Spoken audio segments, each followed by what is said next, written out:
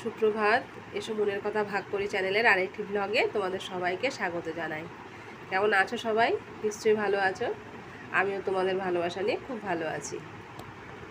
ছেলেকে স্কুলে পাঠিয়ে দিয়ে বসলাম সবজিপাতি নিয়ে। রূপুর বাবা আজকে সকাল সকাল গেছিলো কাজে, ভদ্রেশ্বরের দিকে কাজে গেছিলো। তো ফেরার পথে ওদিক থেকে না একটু বাজার করে নিয়ে এসছে। কী বলো তো, ভদ্রেশ্বর, মানকুণ্ডু ওইসব দিকের সবজির বাজারটা না বেশ সস্তা। আর আমাদের হিন্দ মটরে বাবা আগুন পোড়া দাম, মানে বাজারে হাত দেওয়া যায় না। চলো দেখা যাক তাহলে কি কি এনেছে। তো চিচিঙ্গা, শসা, চাল কুমড়ো, টমেটো, ধনেপাতা এসব তো দেখতে পাচ্ছি, আর কাঁচকলাও দেখতে পাচ্ছি। এদিকে প্যাকেটে আবার পটলও দেখতে পাচ্ছি। রূপুর বাবার না একটা দোষ আছে, বাজার করবে না তো করবে না, আবার যখন আনবে তো একসঙ্গে সব সবজি নিয়ে আসবে। তোমরাই বলো, একসাথে এত সবজি আনলে এই গরমের মধ্যে কোনটা ছেড়ে কোনটা রান্না করব। আর যেটা করব সেটা তো ভালো হয়ে গেল খাওয়া, আর যেটা থাকবে সেটাতেই ছাল হয়ে যাবে। ভেন্ডি যদি রেখে দেবো ভাবি, ভেন্ডিতে ছাল হয়ে যায়। যদি ভাবি যে ঝিঙে রেখে দেবো, ঝিঙেতে ছাল হয়ে যায়। এরকম করে বাজার করলে ভালো লাগে? বলে ওনা বুঝে আনতে পারে না। ধনেপাতার দুটো গাছ নিয়ে এসেছে। দুটো গাছ নিয়ে আসার মানে কি বুঝলাম না। দোকানদারের কাছে খুচরো হয়নি তাই দুটো দিয়েছে, নাকি ওই নিজের থেকে দুটো নিয়েছে, কে জানো। যাই হোক, যা এনেছে এনেছে। এখন ওই সব সবজিপাতি ফেলে সবার আগে ধনেপাতাটা যত্ন করতে হবে, নাহলে এক্ষুনি শুকিয়ে যাবে। তারপরে করতে হবে কাঁচা লঙ্কার যত্ন, নাহলে আবার এগুলোও শুকিয়ে যাবে। তো চলো এগুলো গোছাই। এই বাজার আসলে না এই সব ঢেলে ঢেলে দেখো কি সবজিপাতি এলো, আবার সব দেখে দেখে অন্য প্যাকেটে ভরে ফ্রিজের মধ্যে গুছিয়ে রাখো। এই জন্য এক মহা চাপের কাজ। আমার তো এই বাজার সবজি গুছিয়ে রাখতে না বড় আলিস্যি লাগে, এখন ভালো লাগে না। আর এই মুহূর্তে না আমার ঘরে প্রচণ্ড রোদ ঢুকছে, সেই জন্য চারিদিকে পর্দা সব নামিয়ে দিয়ে লাইট জ্বালিয়ে কাজ করছি। এত তাপ আসে না, প্রচণ্ড গরম লাগে। আর এখন তো অম্বুবাচী চলছে, তবু দেখো বৃষ্টির দেখা আছে। আগে ছোটোবেলায় দেখতাম যে অম্বুবাচীর সময় 4 দিন 5 দিন সমানে টানা বৃষ্টি হতো। এখন কোথায় সেই বৃষ্টি, কিছুই নেই। সবই যেন অন্যরকম হয়ে যাচ্ছে। এখন ওই একটাই রাস্তা, বৃষ্টির জন্য ধৈর্য ধরে বসে থাকো। দেখা যাবে ধৈর্য ধরে বসে থাকতে থাকতে এই গরমটাই সহ্য হয়ে যাচ্ছে, পরে বৃষ্টি আর সহ্য হবে না। সবজি গোছানো তো হলো, এবার দেখো লঙ্কার অবস্থা। এই লঙ্কা কটা না আমার আগে আনা ছিল, লঙ্কার বোটা ছাড়িয়ে এই কন্টেনারের মধ্যে কাগজ পেতে তারপর লঙ্কাগুলোকে কন্টেনারের মধ্যে দিয়ে ফ্রিজে রেখেছিলাম, তবে এই লঙ্কাটা ভালো আছে। না হলে এই লঙ্কা চেহারা দেখতে হতো না। দেখো না, এরও পরে যে লঙ্কাগুলো আনা হয়েছে, তা আমি ভাবলাম এর তো বোটা ছাড়ানো হয়ে গেছে, এগুলো এখানে থাক, আর এগুলো বোটা সমেত আছে, পরে ছাড়াবো। ততক্ষণ এই নৌকাটার মধ্যেই রেখে, মানে এই ফ্রিজের মধ্যে রেখে দিই, পরে যখন সময় মতন বোটাগুলো ছাড়াবো। তো ছাড়াবো করতে করতে আর ছাড়ানো হয়নি। দেখো লঙ্কা ফ্রিজে থেকে শুকিয়ে আমসি হয়ে গেছে, দেখেছো অবস্থা। এই যদি বোটাটা ছাড়িয়ে রাখতে পারতাম তাহলে এরকম ভালো থাকতো। তাই ভাবছি আমি এই লঙ্কাগুলো আর এই লঙ্কাগুলো একসঙ্গে করে বেটে ফ্রিজে রেখে দেবো। আর আজকে যেই লঙ্কাগুলো এনেছে এইগুলোর বোটা ছাড়িয়ে সব, যে একটা ছোটো কন্টেনার নিয়েছি, এই কন্টেনারের মধ্যে কাগজ পেতে এর মধ্যে রেখে দেবো। আর এই বড় কন্টেনারের মধ্যে এই ধনেপাতাগুলো রেখে দেবো। ধনেপাতার গোড়া থেকে কেটে এই কন্টেনারের মধ্যে ভরে রেখে দেবো, তাহলে রান্নার সময় নিতে সুবিধা হবে। এই লেবুগুলোকেও ফ্রিজের মধ্যে এমনিই রেখে দিয়েছিলাম, প্যাকেটে ঢোকায়নি। তো দেখো লেবুর ওপরে খোসা শুকিয়ে গেছে। এই যে কন্টেনারের মধ্যে কাগজ পেতে নিচ্ছি, এবারে লঙ্কার বোটাগুলো ছাড়িয়ে এর মধ্যে সব রেখে দেবো। তো এই কাগজটা পেতে নিলে কী হয় বলো তো, এক এক সময় ফ্রিজের মধ্যে অনেক বরফ জমে যায়, তখন যেই বাটনটা থাকে না, বরফ বার করার যে বাটনটা, ওটাকে প্রেস করে দিলে কি হয়, ফ্রিজের মধ্যে জল হয়। তো এরকম এই কাগজটা পাতা থাকলে না, সেই জলটা পেপারের মধ্যে টেনে নেয় লঙ্কাগুলো, আর পচে না। ওই যে কথাই বলে না, যতনে রতন মেলে, সেই হচ্ছে দশা। যত্ন করলে জিনিসগুলো সময় মতন খেতে পারবো, না হলে যাবে সব নষ্ট হয়ে। তাহলে সবজিপাতি নিয়ে তো অনেক বক করে ফেললাম, এবার অন্য কাজে লাগতে হবে। তাহলে আজকে আমি এসব রান্নাও করব না। আজকে একটা পেঁপে রয়ে গেছে, পেঁপের ঘন্ট করব মুগ ডাল দিয়ে। তো তোমাদের সঙ্গে না ওটা তাহলে আমি শেয়ার করব। আজকের এই টাটকা লঙ্কাগুলোকে না আমি কন্টেনারে করে এমনি ফ্রিজে রেখে দেবো। ওই ডালে দিতে কিংবা কোনো চচ্চড়ি তরকারি ফরকারি করতে হলে যে চিড়ে লঙ্কা দিতে হয় ওর মধ্যে দেবো। আর এই শুকনো শুকনো লঙ্কাগুলোকে সব বেটে রেখে দেবো। বাটা লঙ্কাটা যখন ঝোলঝালি করতে হয় তখন ওর মধ্যে ব্যবহার করে ফেলবো। আমাদের মতো এই মধ্যবিত্ত ঘরের মহিলাদের মানে এত সংসারের খুঁটি নাটি যত্ন হাতে এত কাজ থাকে না, মানে কাজ যেন শেষই হতে চায় না, সারাটা দিনই চলে যায়। তাও তবুও কাজ শেষ হওয়ার নামগন্ধ নেই, একটার পর একটা কাজ যেন হাতে আসতেই থাকে। তারপরে এত কিছু করার পরেও শেষে বেলা শেষে কর্তার কাছে শুনতে হয় যে সারাটা দিন কি করো।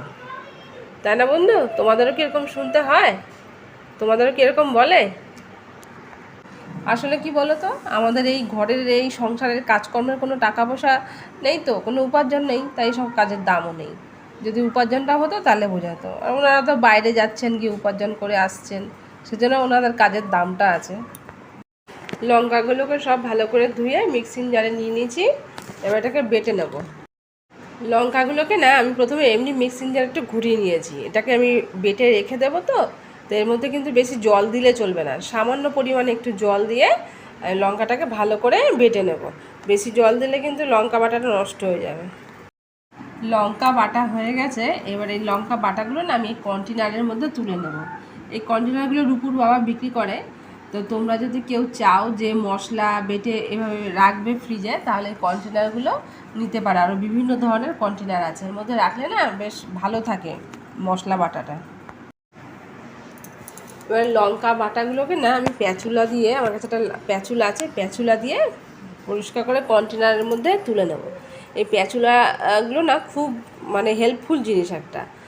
প্যাচুলাগুলো দিয়ে এই মশলা টশলা বাটলে মিক্সির থেকে কাচিয়ে বার করা, কিংবা রান্না বান্না করলে কড়াইয়ের মধ্যে যে ডাল তরকারি থাকে লেগে সেটাকে কাচিয়ে তুলে নেওয়া, এই সমস্ত কাজ করতে না প্যাচুলা খুব সাহায্য করে। আমার ঠাকুমা মা ওনাদের দেখতাম যে রান্না হয়ে গেলে রান্নার মিটা যে সুপারি গাছের খোল থাকে না, সেই খোলগুলোকে ছোট ছোট টুকরো করে কেটে রাখতো। ওই খোলগুলো দিয়ে কড়াইটাকে কাচিয়ে বেশ ভালো করে তরকারিটা পরিষ্কার করে নামিয়ে নিত।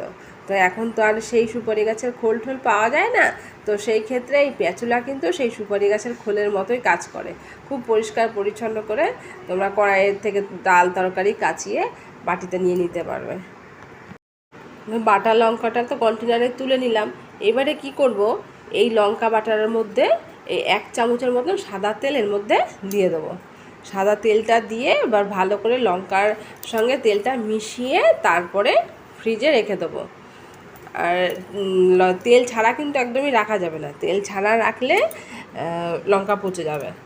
আর এটা সর্ষের তেল দিলেও আবার হবে না, সাদা তেলই দিতে হবে। সাদা তেল দিয়ে ভালো করে তেলটা লঙ্কার সঙ্গে মিশিয়ে ফ্রিজের মধ্যে রেখে দেবে, তাহলে বেশ 1 সপ্তাহ কি আরও 10-12 দিন লঙ্কাটা দিব্যি ভালো থাকবে। আর এইভাবে না আমি আদা রসুন এগুলোও বেটে কন্টেনারের মধ্যে ভরে এই সাদা তেল দিয়ে ফ্রিজের মধ্যে রেখে দিই।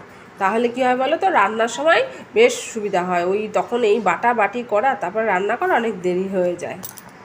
আরেকটা কী হয় বলো তো, কারেন্টটা কিন্তু সেভ হয়। আমি তো মিক্সিতে বাটবো, তো তোমরা তো মিক্সিতে বাটলে রোজ রোজ যদি একটু একটু করে লঙ্কা একটু করে আদা রোজ রোজ বাটতে যাও, কতটা কারেন্ট পড়ে বলো তো, ইলেকট্রিক বিলটাও তো ওঠে না।